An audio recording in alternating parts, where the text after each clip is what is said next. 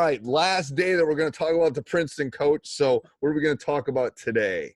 So, I think one of the biggest places coaches get hung up is I don't have the players to run it. I can't run it with my group. And a lot of coaches will – for me, it's a pet peeve is coaches will every year they'll change their offense completely. And we like to have a continuity. And Princeton's – it's not a rigid offense. It's just not – you can always adjust it and change it to mold it to your players, or you can mold your players to it. So that's one of the big problems is I don't think my players can run it. I don't have they're either not good enough or they're too good. Or they won't want to. So let's play devil's advocate. Let's say I go in and in October I tell the guys, because we didn't have a summer this summer really, and I go, hey guys, we're gonna dump what we ran before and we're gonna run the Princeton. Here we go.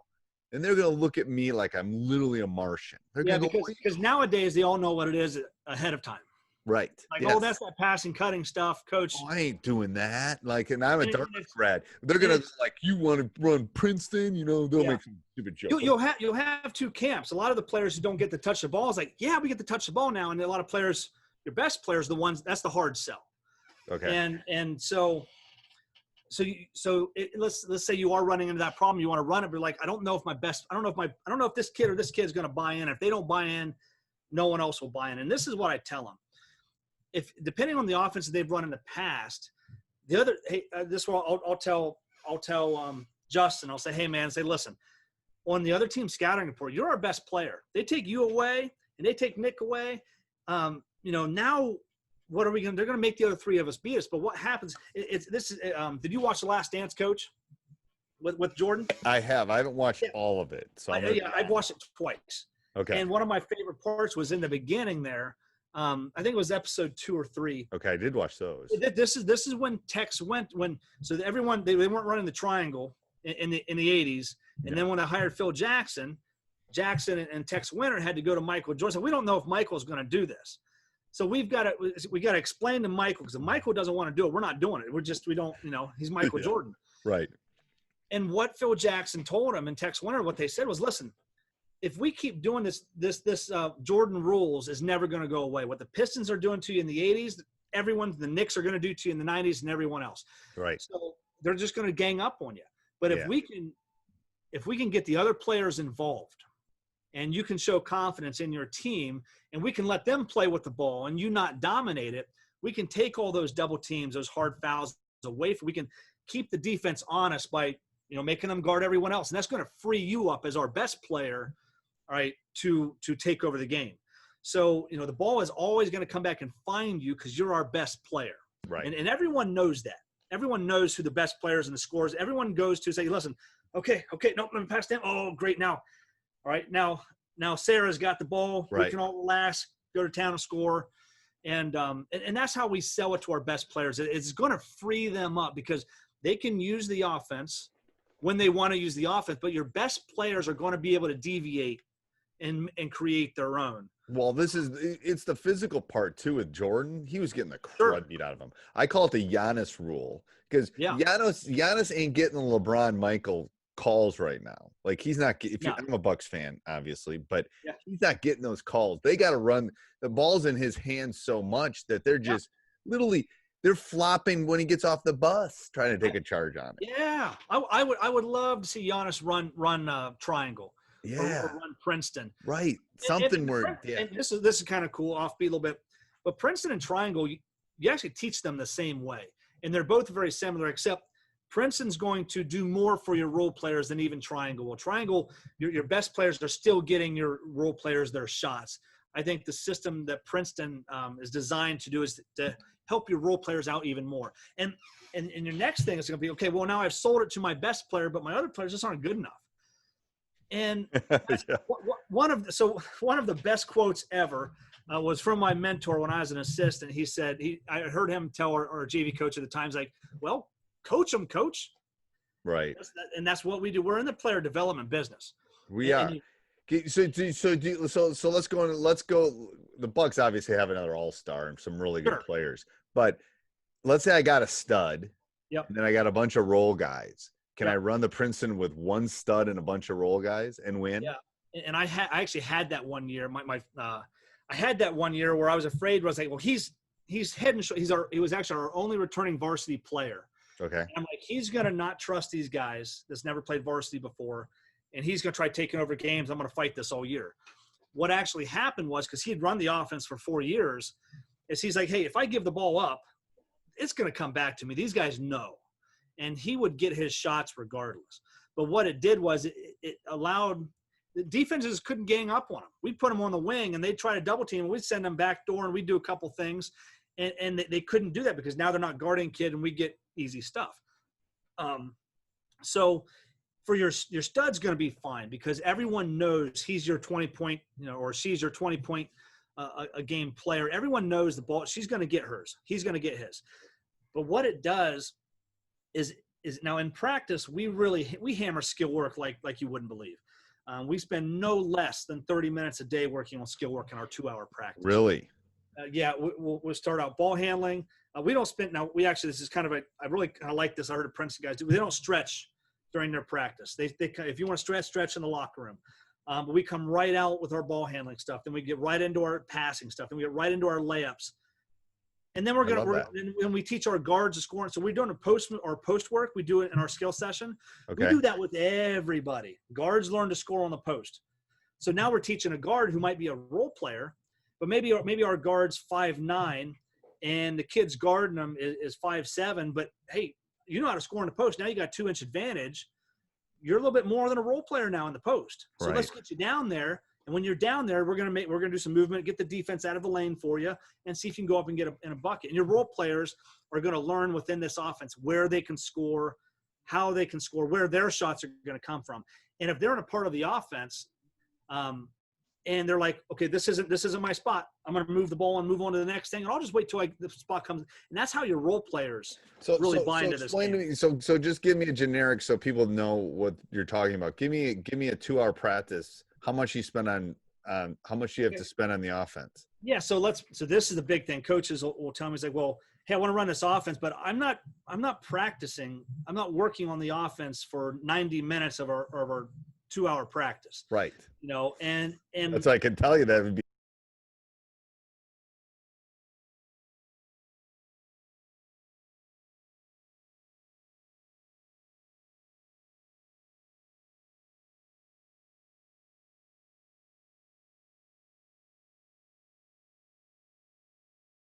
Concern, yeah. And Bill Carmody, when he was at Northwestern, he would say that it's like, we work on our offense the entire practice. We don't work on defense at all. He would actually he said we're guarding each other all day and we get it done, but they would work on their offense all day, and they were one of the best at it. But you can't do it at the high school level, especially because the players you have. So what we do is I break our practice down into 4 quarters. First quarter is all skills. So we're doing all of our skill work for the first 30, even 35 minutes at the beginning of the year. Okay. We might knock it down to 25 by the end, but we're always working on a skill works. We do layups for 8 minutes a day, 8 minutes of layups a day. Cause when we get layups, you'd be surprised when you watch our Princeton team, when we do our layups and then you watch another team do their layup drills, there's a difference in how easily they finish and how fluid they are when they move. When I was a girls coach, we were doing layups for a week. We got really good in 1 week because how many layups we did in our skill session. Right. And then I come and watch the boys freshmen because I was coaching the freshman girls at that time. Then the freshman boys came in and JV boys started doing the layups. I'm like, boy, they're really struggling with their layups. I think we got them here. But we spend that 30 minutes, we hammer our skills. The next 30 to 35 minutes is going to be offense. And this is where we're going to break down the offense for the players. So, and what we do, how I call it, we stack our practices. So the skill work that we're teaching our players in that first 30, 35 minutes of practice, when we go into our offense, when they get to the parts in the offense where it's time to score, we've already done that skill work in practice. Okay. So they're really doing that skill work in that first 30 minutes of practice. Then the next 30 when they're doing the offense, they're doing the offense and the skill work. Okay. Because they're getting in the post. Yeah, they're doing more than one thing. Yeah. They're getting the same types of layups that we worked on the first part of practice. The next 30, 35 is all defense. And we actually teach our defense with a very similar progression method that we teach our offense in. And then that last 20, 30 is up and down the floor. Now, this is where this is where we do our special situation, our transition. Okay. But in the beginning of the year, Steve, we're gonna stack everything. So we're gonna do a 5-on-5 rebounding. I'm gonna shoot the ball up. We got 5 guys on offense, 5 guys inside on defense. If you get an offensive rebound, go and play, get a bucket and score. Defense is now gonna get the ball out and go up and run transition. They're gonna run whatever our transition is. Right. And then we're gonna say, hey, run low post, get the point back door, which is the first thing that we did in the offensive session of practice. Right. So where we did skills the first 30 minutes and the skills within the offense, the second part, this last part of practice, we're doing our transition. We're doing our transition, but we're also doing we're finishing with the same offensive sets that we did early in the practice. So we're not doing our offense the entire practice, but we stack it so they are getting more reps. Do you have to play man and play Princeton? I would say if you're actually no, and if you're a zone team, if you love running 1-3-1-2-3 and you don't do man-to-man at all, it's actually you're going to have to kind of help them a little bit, but you might see your offense work better early on. Okay. In practices because you might not have great man-to-man principles. You might just dumb it down and say, listen, hey, just stay between your man and the basket. Don't let them cut your face. And it probably, from a teaching standpoint, it probably works better initially just from the defensive when you're running the offense. Yeah. I see what you're saying. And I tell you what, for your players, I actually think sometimes Princeton works better against better taught defenses. Because the defense goes where they're supposed to do, then we can run some misdirection stuff, or we have a way of moving them out of the lane. Now, if you're teaching against a poor defensive team that's not as well disciplined, you might get some easier stuffs early on, but maybe that less disciplined team is a lot more athletic, so you have a whole separate type of problem. Okay, and so last question before we dive into the other stuff: can I run this against a zone? Yeah, and so. One thing that if you run Princeton and run it well, you're going to see zone. Now, if you're at the high school level without a shot clock, and you build up a lead and they're saying, we're not doing that, we're going zone. Well, I've seen some coaches say, all right, we're just going to really slow it down now. I like running a basic zone offense. We didn't get too tricky with it, but chin works very well against the zone because if everyone's very familiar with chin, then let's just use a 2-3 as an example. So chin starts with a 2-pass reversal. Right. And then it comes with a what we call a shuffle screen, which is a back screen, and then a drift screen. Yep. So if you're writing this down, if you're kind of drawing it out, so the 2-pass reversal, what does the defense, the 2-3 do when that ball is on that other wing? The 2 top guys shift. Right. Top one elbow guy goes to the ball, the other elbow guy goes to the elbow. Right. Well, that 5-man sets that shuffle. What we'll do is we'll send that shuffle instead of into the low post like we would do versus man, we would send them to the short corner. Okay. And then that 5-man, they're going to set that drift like normal, but they're setting that drift against the zone guy. Okay. And actually it works out well because when we come off of that drift, you have your bottom 3 guys. It's that wing guy on that other side. Now we're driving that gap. Does that wing guy commit to you? Or does he commit to the player out on the 3-point line? I've had 3, you drive. Now, if you drive, you're going to be driving into the 5-man defender. And if that 5-man defender steps up, now we've got that short corner guy ducking in. It's easier to see on the board, but chin works very well. We wouldn't run a lot of Princeton against a zone. Anything with that shuffle cut, drift cut works very well. Yeah. Just the movement's through too. If you can get movement, zones don't like that. I tell you what, we use zone as a confidence builder. Say, hey guys, they're scared of you. They don't want to guard you. Fundamental. Hey, we want the ball in the short corner, high post, and we want to skip and reverse it. If we can do that against a zone, and we can score 1, 2, 3 buckets or get 2, 3 easy looks, I was like, your eyes. If you're a player, your eyes should light up. Hey, no one's responsible for me, and if I get in this gap, we're making things happen. Right. I know. I used to love when people would zone us. Yeah. So tell the coaches how they can learn more about this, Coach. Yeah. So we are actually doing a 3-day live event online.